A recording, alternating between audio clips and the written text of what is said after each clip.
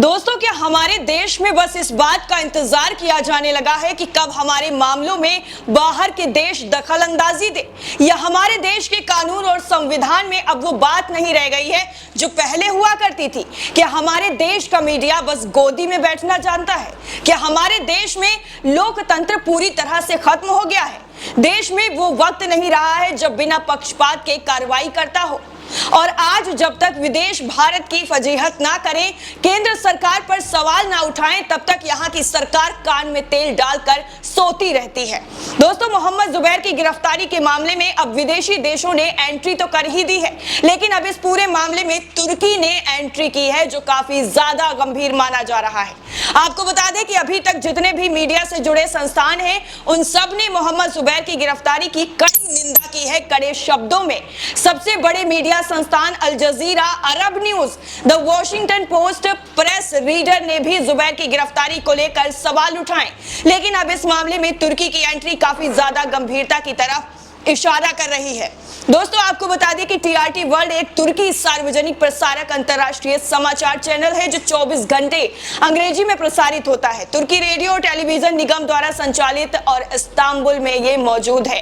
और इन्होंने अपने ट्विटर पर न्यूज को पोस्ट करते हुए लिखा है, भारत ने 2018 के ट्विटर पोस्ट में धार्मिक विश्वासों का अपमान करने का आरोप लगाते हुए एक तथ्य जांच वेबसाइट के मुस्लिम सह संस्थापक को गिरफ्तार किया। जुबैर मोदी की हिंदू राष्ट्रवादी भारतीय जनता पार्टी के कट्टर आलोचकों में से एक रहे हैं और उन्होंने अक्सर हिंदू समूहों द्वारा अभद्र भाषा का आह्वान किया है। ये खुद लिखा गया है टीआरटी वर्ल्ड के द्वारा। उनकी फोटो ली गई है, उसके नीचे ये लिखा गया है कि भारत में जो सत्ताधारी पार्टी है यानी भारतीय जनता पार्टी के जो नेता हैं, मोदी जी की जो कट्टर हिंदुत्व वाली भाषा है, उनका ये तरीका है, उसके विरुद्ध हमेशा से ही मोहम्मद जुबैर उनका आह्वान लोगों का करते रहे हैं कि इस हिंदुत्व वाली जो इनकी पूरी की पूरी मानसिकता है, उसका विरोध इन्होंने लगातार किया है। इसके साथ ही आपको यह भी बता दें कि उन्होंने आगे क्या लिखा है। भारतीय पुलिस ने एक शीर्ष तथ्य जांच वेबसाइट के सह संस्थापक को गिरफ्तार किया जो प्रधानमंत्री नरेंद्र मोदी की हिंदू राष्ट्रवादी सरकार के मुखर आलोचक रहे हैं। उनके सहयोगी ने कहा है कि जुबैर के साथ ऑल्ट न्यूज वेबसाइट चलाने वाले प्रतीक सिन्हा ने यह कहा है कि मोहम्मद जुबैर को सोमवार को राजधानी दिल्ली में ही गिरफ्तार किया गया। सिन्हा ने ट्वीट पर एक पोस्ट में कहा कि उनके सहयोगी को अवैध रूप से और बिना किसी चेतावनी के गिरफ्तार किया गया था और दिल्ली में पुलिस द्वारा उन्हें हिरासत में लिया गया बिना किसी एफआईआर नोटिस दिए हुए। जुबैर मोदी की सत्तारूढ़ हिंदू राष्ट्रवादी यानी भारतीय जनता पार्टी के कट्टर आलोचकों में से एक रहे हैं और उन्होंने अक्सर इंटरनेट पर हिंदू समूहों द्वारा अभद्र भाषा का आह्वान किया है। शायद इसी की जो कसक है वो अब निकाली जा रही है और अब ये खबर सामने ये भी आ रही है कि मोहम्मद जुबैर को 4 दिनों की पुलिस रिमांड पर भी भेज दिया गया है।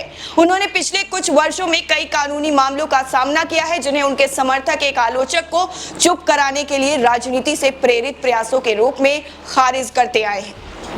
इसके साथ ही कुछ स्थानीय मीडिया रिपोर्टों ने सोमवार को जुबैर की गिरफ्तारी को भाजपा के 2 अधिकारियों द्वारा पैगंबर मोहम्मद साहब के बारे में आग लगाने वाली टिप्पणी पर हालिया विवाद से जोड़ा, जिसने व्यापक वैश्विक विरोध और इस्लामी दुनिया से नाराजगी को जन्म दिया।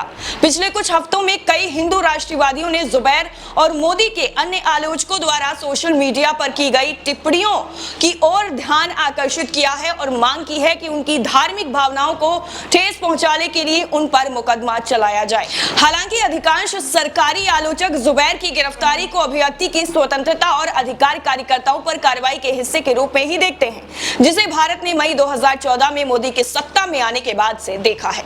शनिवार को पुलिस ने कार्यकर्ता तीस्ता सीतलवाड़ को हिरासत में लिया, जो मोदी के पश्चिमी गृह राज्य गुजरात की ही रहने वाली है। सीतलवाड़ 20 साल पहले हुए घातक सांप्रदायिक दंगों में मोदी को शामिल करने के लिए प्रचार कर रही थी, जिसमें हजारों मुसलमान मारे गए थे। कई भारतीय शहरों में सोमवार को अधिकारी कार्यकर्ताओं और मुक्त भाषण संगठनों के साथ विरोध प्रदर्शन हुए और सीतलवाड़ की रिहाई की मांग की गई और उनकी नजरबंदी को प्रतिशोध की राजनीति के रूप में वर्णित किया गया। रॉयटर्स के पार्टनर एएनआई ने दिल्ली पुलिस के सूत्रों का हवाला देते हुए बताया कि जुबैर को एक ट्विटर अकाउंट से एक शिकायत के आधार पर गिरफ्तार किया गया था, जबकि वो ट्विटर अकाउंट वेरीफाइड था ही नहीं, जिसमें यह कहा गया कि उन्होंने 2018 की पोस्ट में हिंदुओं का अपमान किया था, जिसमें भगवान हनुमान के नाम पर एक होटल का नाम बदलने पर टिप्पणी की गई थी, जबकि ये खुद उस मूवी का सीन है जिसके नाम पर ये पूरी की पूरी जो पटकथा अब लिखी गई है मोहम्मद जुबैर की गिरफ्तारी की, वो लिखा है। पत्रकारों ने उनकी तत्काल रिहाई की मांग की है। देश से लेकर विदेशों तक ये मांग लगातार बढ़ती जा रही है। वहीं दूसरी तरफ एक अन्य मुस्लिम पत्रकार राणा अयूब ने कहा है कि भारत के प्रधानमंत्री आपातकाल की भयावहता के बारे में तो बात करते हैं, जबकि उन्होंने भारत में एक को लागू कर रखा है। खुद ही भारत में उन्होंने अघोषित आपातकाल लगाया हुआ है, जबकि इंदिरा गांधी ने जो लगाया था वो घोषित आपातकाल लगाया था, लेकिन ये जो आपातकाल लगा हुआ है ये सबके अधिकारों का हनन कर रहा है। पत्रकार जुबैर जो नियमित रूप से फर्जी खबरों का भंडाफोड़ करते थे, भारत में नफरत की मशीनरी का पर्दाफाश करते थे, उन्हें अभी अभी गिरफ्तार कर लिया गया। हिंदू कट्टरपंथियों का प्रकोप है। देश उन लोगों को दंडित कर रहा है जिन्होंने रिपोर्ट की गिरावट का दस्तावेजीकरण किया है। 10 मानवाधिकार संगठनों ने पिछले महीने विश्व प्रेस स्वतंत्रता दिवस पर कहा था कि भारतीय अधिकारी पत्रकारों और ऑनलाइन आलोचकों को सरकार की नीतियों और प्रथाओं की आलोचना के लिए तेजी से उठा रहे थे, जिसमें आतंकवाद और राजद्रोह कानूनों के तहत मुकदमा चलाना शामिल था। सरकारी अधिकारी आरोपों से इनकार करते रहे हैं। यानी अब यहाँ पर एक बात और आपको बता दूं, काफी ज्यादा दिलचस्प है। एक तरफ तो ये अब इंटरनेशनल लेवल पे मुद्दा बन गया है, वहीं दूसरी तरफ मोदी जी यानी हमारे देश के प्रधानमंत्री, यशस्वी प्रधानमंत्री आज यूएई के दौरे पर भी गए हुए हैं।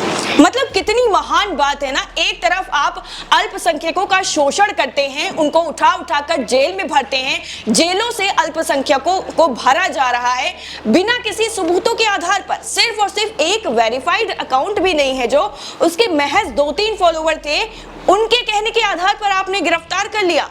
और बाकी जो नुपुर शर्मा की इतने दिनों से खाड़ी देश मांग कर रहे हैं गिरफ्तारी की, वो क्या हाथ में कुछ और लेके घूम रहे हैं जिससे कानों में आवाज तक नहीं जा रही है? ये सवाल अब लगातार इसका जवाब केंद्र सरकार के साथ साथ मोदी जी से भी लोग चाहते हैं जवाब। और अब इसमें एक बार फिर से आपको बता दूं, अरब देशों की एंट्री हो गई है। अब लगातार इतनी देर भी नहीं हुई, यानी इतना वक्त भी नहीं गुजरा है जब नुपुर शर्मा का मामला आया हो, लेकिन अब फिर से एक बार इस तरह की जो हरकत की गई है दिल्ली पुलिस के द्वारा, क्या उस पर वो आके सामने माफी मांगेंगे? और अब अरब देशों की एंट्री के बाद ये पूरा का पूरा मामला कौन सा रुख लेने वाला है? क्योंकि नुपुर शर्मा का जो मामला है वो बिल्कुल ताजा है, और ये मामला करके उन्होंने जले पे नमक छिड़कने का काम किया है कि जो भी करना हो कर लो, हम कुछ भी नहीं करेंगे। नुपुर शर्मा का अता पता कोई नहीं जानता है क्या? या दिल्ली पुलिस नहीं जानती कि नुपुर शर्मा कौन से बिल में जाकर छुपी हुई है?